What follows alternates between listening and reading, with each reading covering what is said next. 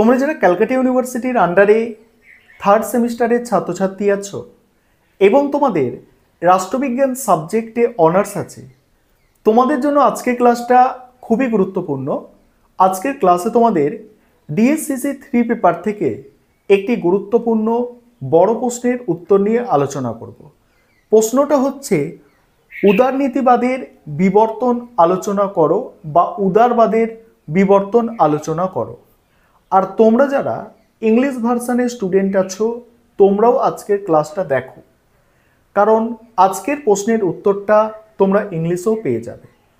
প্রথমে তোমাদের সংক্ষেপে বিষয়বস্তুটা বলবো, তারপর প্রশ্নের উত্তর অর্থাৎ নোটসটা নিয়ে আলোচনা করব। উদারনীতিবাদ বলতে সাধারণভাবে বলা হয় ব্যক্তি স্বাধীনতার মতবাদ, অর্থাৎ উদারনীতিবাদে ব্যক্তি স্বাধীনতাকে সবথেকে বেশি গুরুত্ব দেওয়া হয় এবং রাষ্ট্রের গুরুত্বকে কমিয়ে দেখা হয়, অর্থাৎ রাষ্ট্রের গুরুত্বটাকে সীমিত করা হয়, ব্যক্তিকে সবথেকে বেশি প্রাধান্য দেওয়া হয়। এটা হচ্ছে উদারনীতিবাদের মেন কনসেপ্ট। এখানে বলা হচ্ছে যে উদারনীতিবাদ হচ্ছে একটি রাজনৈতিক অর্থনৈতিক মতবাদ যা ব্যক্তির স্বাধীনতা, গণতন্ত্র, মানবাধিকার, আইনের শাসন এবং মুক্ত বাজারের অর্থনীতির ওপর গুরুত্ব দেয়। আর এটি রাষ্ট্রের সীমিত ভূমিকার পক্ষে, যেখানে ব্যক্তির অধিকার ও সম্পত্তির সুরক্ষা নিশ্চিত করা হবে। কি বললাম? এখানে রাষ্ট্রের ভূমিকা সীমিত হবে আর ব্যক্তির অধিকার এবং সম্পত্তির যে ব্যক্তির, সেগুলোকে কিন্তু রাষ্ট্র সুরক্ষিত করবে। এবারে জন স্টুয়ার্ট মিল, জন রলস এরা এই উদারনীতিবাদ সম্পর্কে কিছু সংজ্ঞা প্রদান করেছেন, সেগুলো তোমরা নোটসের মধ্যে পেয়ে যাবে। এবারে এই উদারনীতিবাদের বিবর্তনের ধারাকে 3টে ভাগে ভাগ করা হয়। একটা হচ্ছে সাবেকি বা ধ্রুপদী উদারনীতিবাদ, তারপরে হচ্ছে তোমার আধুনিক উদারনীতিবাদ এবং তারপরে আসছে নয়া উদারনীতিবাদ। ধ্রুপদী উদারনীতিবাদ বা যেটা সাবেকি উদারনীতিবাদ, সেখানের কনসেপ্টটা কি আছে? সেখানে কনসেপ্ট হচ্ছে যে ব্যক্তিকে সবথেকে বেশি গুরুত্ব দেওয়া হচ্ছে, রাষ্ট্রের গুরুত্বকে একদম সীমিত করে দেখা হচ্ছে এবং তার ফলে কিছু সমস্যা তৈরি হতে আসছে। আধুনিক উদারনীতিবাদে ব্যক্তির ক্ষমতাকে কিছুটা কমানো হচ্ছে এবং রাষ্ট্রের ক্ষমতাকে কিছুটা বাড়িয়ে দেওয়া হচ্ছে। সেখানেও আবার সমস্যা তৈরি হতে আসছে নয়া উদারনীতিবাদ। আর নয়া উদারনীতিবাদে কি হচ্ছে? সেই সাবেকি উদারনীতিবাদের যে সিস্টেম, সেই সিস্টেমকে আবার চালু করার হচ্ছে, অর্থাৎ ব্যক্তির অধিকারকে আবার বেশি করে দেখা হচ্ছে, ব্যক্তিকে আবার বেশি করে প্রাধান্য দেওয়া হচ্ছে এবং রাষ্ট্রকে আবার সীমিত করে দেখা হচ্ছে। এই হচ্ছে তোমাদের উদারনীতিবাদের কনসেপ্ট। এবারে তোমরা প্রশ্নের উত্তরটা দেখে নাও। আর আমাদের অনলাইন কোচিং ক্লাস চলছে, তোমরা যদি কেউ অ্যাডমিশন নিতে চাও পেড ব্যাচে বা স্টাডি মেটেরিয়াল পারচেস করতে চাও, সেক্ষেত্রে স্ক্রিনে যে নম্বর দেখতে পাচ্ছ এই নম্বরে যোগাযোগ করে অ্যাডমিশন নিতে পারো। চলো প্রশ্নের উত্তরটা তোমরা দেখে নাও। এবারে তোমরা প্রশ্নের উত্তরটা দেখে নাও। প্রশ্নটা আছে, উদারনীতিবাদের বিবর্তন আলোচনা করো। প্রথমে তোমাদের ভূমিকা লিখতে হবে। ভূমিকায় কি লিখবে দেখো, উদারনীতিবাদ রাষ্ট্রবিজ্ঞানের অন্যতম গুরুত্বপূর্ণ মতবাদ যা ব্যক্তি স্বাধীনতা, গণতন্ত্র, আইনের শাসন, মুক্ত বাজার অর্থনীতির ওপর ভিত্তি করে গড়ে উঠেছে। এটি স্থির ও অপরিবর্তনশীল কোনো মতবাদ নয়, বরং সময়ের পরিবর্তনের সঙ্গে সঙ্গে বিভিন্ন সামাজিক, রাজনৈতিক, অর্থনৈতিক বাস্তবতার ভিত্তিতে নতুন রূপ পরিগ্রহণ করেছে। তারপর হচ্ছে উদারনীতিবাদের সংজ্ঞা।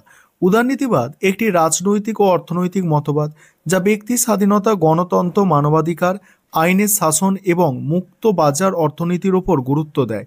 এটি রাষ্ট্রের সীমিত ভূমিকার পক্ষে, যেখানে ব্যক্তির স্বাধিকার ও সম্পত্তির সুরক্ষা নিশ্চিত করা হবে। জন লকের মতে রাষ্ট্রের মূল দায়িত্ব হল মানুষের জীবন স্বাধীনতা ও সম্পত্তির নিরাপত্তা বিধান। জন স্টুয়ার্ট মিল বলেছেন, ব্যক্তি স্বাধীনতা তখনই সীমিত হতে পারে যখন অন্যের ক্ষতির কারণ হয়। জন রলস আরও যুক্ত করেন, ন্যায় বিচারপূর্ণ সমাজ সেই যেখানে স্বাধীনতা ও সাম্যের মধ্যে ভারসাম্য বজায় থাকে। সময়ের বিবর্তনের উদারনীতিবাদ ধ্রুপদী আধুনিক ও নয়া রূপ ধারণ করেছে। এবারে উদারনীতিবাদের বিবর্তনে কি বলা হচ্ছে দেখো, মূলত তিনটি পর্যায়ে উদারনীতিবাদের বিবর্তন লক্ষ্য করা যায়: ধ্রুপদী উদারনীতিবাদ, আধুনিক উদারনীতিবাদ এবং নয়া উদারনীতিবাদ। প্রতিটি পর্যায়ে রাষ্ট্র ও অর্থনীতির ভূমিকা নিয়ে বিভিন্ন মত দেখা গেলেও ব্যক্তি স্বাধীনতার ধারণা প্রতিটি ধারা ও পর্যায়ের কেন্দ্রে বিদ্যমান রয়েছে। এবারে আমরা এক এক করে দেখে নেব। প্রথমে আছে দেখো ধ্রুপদী উদারনীতিবাদ। এখানে কি বলা হচ্ছে দেখো, ধ্রুপদী উদারনীতিবাদের আরেকটা নাম হচ্ছে সাবেকি উদারনীতিবাদ। ঠিক আছে, ধ্রুপদী উদারনীতিবাদ সপ্তদশ ও অষ্টাদশ শতকে বিকাশ লাভ করে, যা ব্যক্তি স্বাধীনতা, আইনের শাসন এবং সীমিত রাষ্ট্রের ওপর গুরুত্ব দেয়। এটি সামাজিক চুক্তির তত্ত্ব এবং প্রাকৃতিক অধিকারের ধারণার ওপর ভিত্তি করে গড়ে ওঠে। ধ্রুপদী উদারনীতিবাদীরা মনে করেন যে প্রত্যেক মানুষ জন্মগতভাবে স্বাধীন এবং তার জীবন, স্বাধীনতা ও সম্পত্তির অধিকার রয়েছে। এই অধিকার রাষ্ট্রের অনুগ্রহ নয়, বরং এটি মানুষের প্রকৃতিগত অধিকার। রাষ্ট্রের একমাত্র কাজ হলো এই অধিকার রক্ষা করা, কোনোভাবেই ব্যক্তি স্বাধীনতায় হস্তক্ষেপ করা উচিত নয়। জন লকের রাজনৈতিক দর্শন ধ্রুপদী উদারনীতিবাদের ভিত্তি গঠনে গুরুত্বপূর্ণ ভূমিকা রাখে। তিনি মনে করেন যে সমাজ একটি প্রাকৃতিক অবস্থা থেকে উদ্ভূত হয়েছে, যেখানে প্রত্যেক ব্যক্তির সমান ও স্বাধীন। রাষ্ট্রের প্রয়োজনীয়তা তখনই সৃষ্টি হয় যখন এই প্রাকৃতিক অবস্থা ব্যক্তিগত স্বার্থের কারণে সংকটে পড়ে, কিন্তু রাষ্ট্র কখনোই তার ক্ষমতা সীমাহীনভাবে প্রয়োগ করতে পারে না, বরং তার ক্ষমতা থাকবে সংবিধান দ্বারা সীমাবদ্ধ। লকের মতে, যদি কোনো রাষ্ট্র ব্যক্তি স্বাধীনতায় হস্তক্ষেপ করে, তাহলে জনগণকে সেই রাষ্ট্রের বিরুদ্ধে বিদ্রোহ করার অধিকার রয়েছে। আর ব্যক্তি যদি নিজের স্বার্থে কাজ করে, তাহলে তা সামগ্রিকভাবে অর্থনৈতিক উন্নয়নের জন্য সহায়ক হবে। রাষ্ট্রের কাজ হবে শুধুমাত্র আইনের শাসন প্রতিষ্ঠা করা, ব্যক্তিগত সম্পত্তির অধিকার নিশ্চিত করা এবং বাহ্যিক আক্রমণ থেকে দেশকে রক্ষা করা।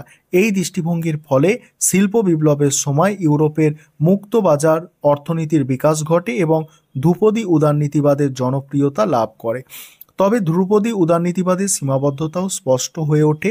শিল্প বিপ্লবের ফলে সমাজে ব্যাপক অর্থনৈতিক বৈষম্য দেখা দেয় এবং ধনী ও দরিদ্রের মধ্যে বিভাজন বৃদ্ধি পায়। শ্রমিক শ্রেণীর দুঃখ দুর্দশা, শিশুশ্রম, বেকারত্ব এবং অর্থনৈতিক অনিশ্চয়তা দেখা দিলে এই মতবাদের দুর্বলতা প্রকাশ পায়। তবে ধ্রুপদী উদারনীতিবাদের পরিবর্তে নতুন এক ধারা বিকাশ লাভ করে, যা আধুনিক উদারনীতিবাদ নামে পরিচিত। তারপরে দেখো আধুনিক উদারনীতিবাদ।